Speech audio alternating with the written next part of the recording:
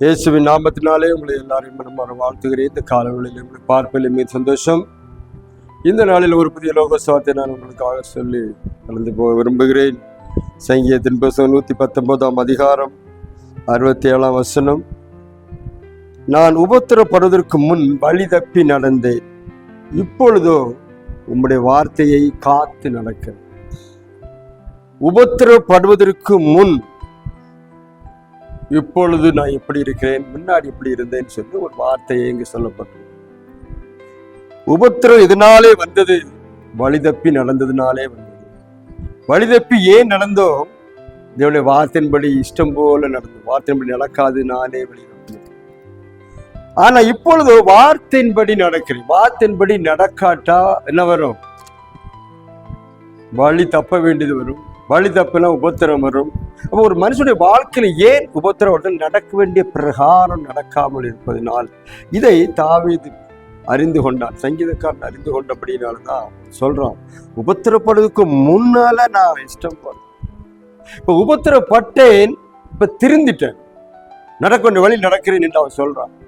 கர்த்தருடைய வார்த்தை முன்வைத்து நடக்கிறேன். அதனால என்ன ஆச்சு? எனக்கு வாழ்க்கையில ஒரு ஆசீர்வாதம். இப்பொழுதோ நல்ல வழியில் வழி தப்பினால்தான் இப்ப நல்ல வழி நடக்கும்.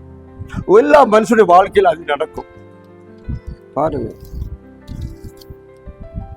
தேவனை ஏற்றுக்கொள்வதற்கு முன்பாக, ஆண்டவருடைய வசனத்தை நம்புறதுக்கு முன்பாக நான் இஷ்டம் போல நடந்தேன், துன்மார்க்கமாய் நடந்தேன், வழிதப்பி நடந்தேன். அதனால என்னுடைய வாழ்க்கையில செம உபத்திரம், அடி மேல அடி. சில ஆட்கள் சொல்லுவாங்க, கை வைக்கிறதெல்லாம் நஷ்டமா, எதுல போனாலும் நஷ்டம் நஷ்டம் நஷ்டம், உபத்திரம் நஷ்டம், பிரச்சனை. காரணம் என்ன? வழிதப்பி நடப்பதுனால. சரியான வழியில நடந்தா பாருங்க, சரியாய் நடக்கிறவர், பத்திரமாய் நடக்கிறார். யாரு பத்திரமாய் நடக்கிறார்? கர்த்தருடைய வழி நடக்கிறார், பத்திரமாய் நடக்கிறார், செம்மையான வழி நடக்கிறார்.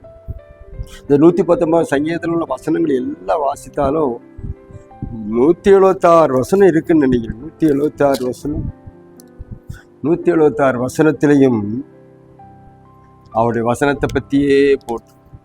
இந்த 119 சங்கீதம் தான் அந்த புஸ்தகத்தின் நடு மையமான ஒரு அதிகாரம். அந்த நடுமையமான அதிகாரம் கர்த்தருடைய வார்த்தையே நடுவாய் சொல்லப்பட்டிருக்கு. வார்த்தைக்கு 176 வசனத்திலேயும் 176 காரியங்களை சொல்லப்பட்டிருக்கு. வசனம் வசனம், பிரமாணம், நீதி, நியாயம், சாட்சிகள் என்று சொல்லப்பட்டிருக்கு. ஏன்னா அது அவ்வளவு முக்கியமானது.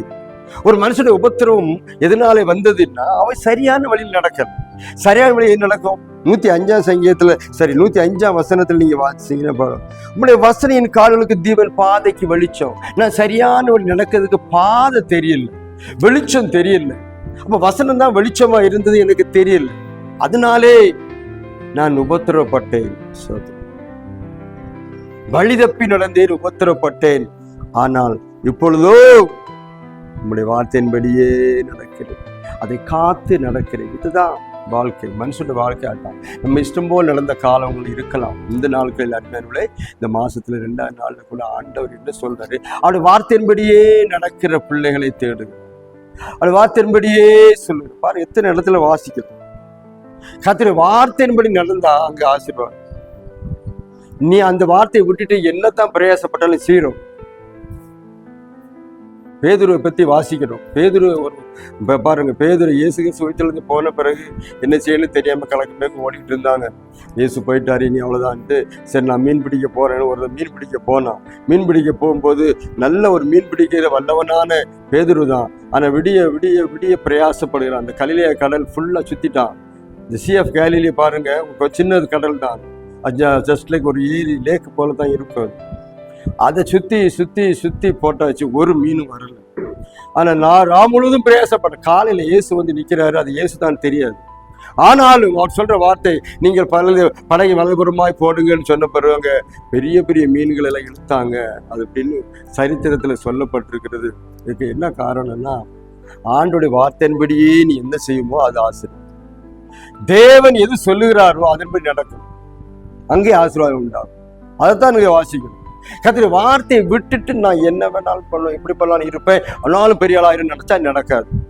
அப்படி ஆகும்னு நினைச்சா நடக்கும். அது எப்படி நடக்கும்னா அது அழிவில் தான் போய் முடியும். நேர்மையாக வருகிற பணம், நேர்மையற்ற வருகிற பணம், உத்தமமாய் நடந்து வேலை செய்து சம்பாத்தியம் பண்ற பணத்துக்கும் கொள்ளையடிச்சு வர பணத்துக்கு வித்தியாசம் இருக்கு. சில ஆட்கள் குறுக்கு வழியில சம்பாதிச்சு பெரிய பணக்காரன் ஆகி நினைப்பாங்க. அந்த வழி சரியான வழி அல்ல, அது உபத்திரவத்தை கொண்டு வரும். ஆனா சரியான வழியிலே நீங்கள் சம்பாத்தியம் பண்ண அந்த ஆசீர்வாதத்தை கொண்டு. அதனால நான் உபத்திரப்படுவதற்கு முன் வழி தப்பி நடந்தேன், காரணம் வசனத்தின் நடக்கல. இந்த நாட்களிலே கர்த்தர் வசனத்தின் நடக்க உங்களை அழைக்கிறார். வழி தப்பி நடக்காண்டா, கர்த்தர் வசனம் நடங்க, அது உங்களுக்கு ஆசீர்வாதத்தை கொண்டு. இப்பொழுது உங்களுடைய வார்த்தையின்படி நடக்க என்னை ஒப்பு கொடுக்கிறேன்னு சொல்லி சங்கீதக்காரன் சொன்னது போல இந்த நாளிலே அவருடைய வார்த்தையின்படி நடப்பேன் என்று சொல்லி ஒப்பு கொடுங்க. ஆண்டவர் தாமே உங்களை ஆசீர்வதிப்பாங்க. கைட்டு செய்கிற வேலை எல்லாத்தையும் ஆசீர்வதிப்பேன். நீ 28ஆம் அதிகாரம் உபாகமத்தில் நீ வருகையிலும் போகையில் ஆசீர்வதிப்படைய கைட்டு செய்கிற வேலை எல்லாம் ஆசீர்வதிப்பேன். உன் மாவு பிசுற தொட்டி பாருங்க, தொட்டி என்ன சொல்லப்படுறதுன்னா உன்னுடைய களஞ்சியங்கள். பாருங்க, இன்னைக்கு மனுஷன் எதுக்காக உழைக்கிறான்? சாப்பாட்டுக்காக தான். சாப்பாடை நான் உனக்கு ஆசீர்வதி தருவேன், அப்பத்தையும் தண்ணியை ஆசீர்வதிப்பேன், வியாதியை உன்னை விட்டு விலக்குவேன், உனக்கு ஒரு குறை இல்லாமல் இருக்கும் என்று சொல்லி ஆண்டோட ஆசீர்வாதம் எல்லாம் யாருக்குன்னா வசனத்தின்படி நடக்கிறவர்களுக்கு. இன்றைக்கு இந்த காலவெளியில கர்த்தருடைய வசனத்தில் நடக்க நீங்க கால ஒப்பு கொடுத்தீங்கன்னா தேவன் உங்களை சரியான நடத்துவார். உபத்திரவம் இருந்தாலும் பாருங்க, உபத்திரவனுக்கு முன்ன வழி தப்பி நடந்தா உபத்திரவம், வழியோடு நடக்கணும். என்ன செய்யணும்? இந்த கால்களுக்கு பாதைக்கு வெளிச்சமா இருக்கிற வசனம் உங்க வாழ்க்கையில இன்னைக்கு வேலை செய்யணும். ஒப்பு கொடுப்பீங்களா? கர்த்தர் உங்கள் குடும்பத்தை உங்களை ஆசீர்வதிக்க அந்த காலில் வந்திருக்கிறாரு. வசனத்தை நடங்க. 119 சங்கீதங்கள் எல்லா வசனம் வாசித்து பாருங்க. கர்த்தருடைய வசனம் சொல்லப்பட்டிருக்கும். அந்த வசனம் உங்களுக்கு வாழ்க்கையில கிடையாது செய்து நாமத்தை மேம்படுத்துங்க. கர்த்தர் நாமத்தை மேம்படுத்துங்க. வசனத்தை சொல்லிட்டே இருக்க, நடக்க ஒப்பு கொடுங்க. கர்த்தர் உங்களையும் குடும்பத்தையும் பிள்ளைகளையும் நாட்கள் ஆசீர்வதிப்பாராக. ஆமென்.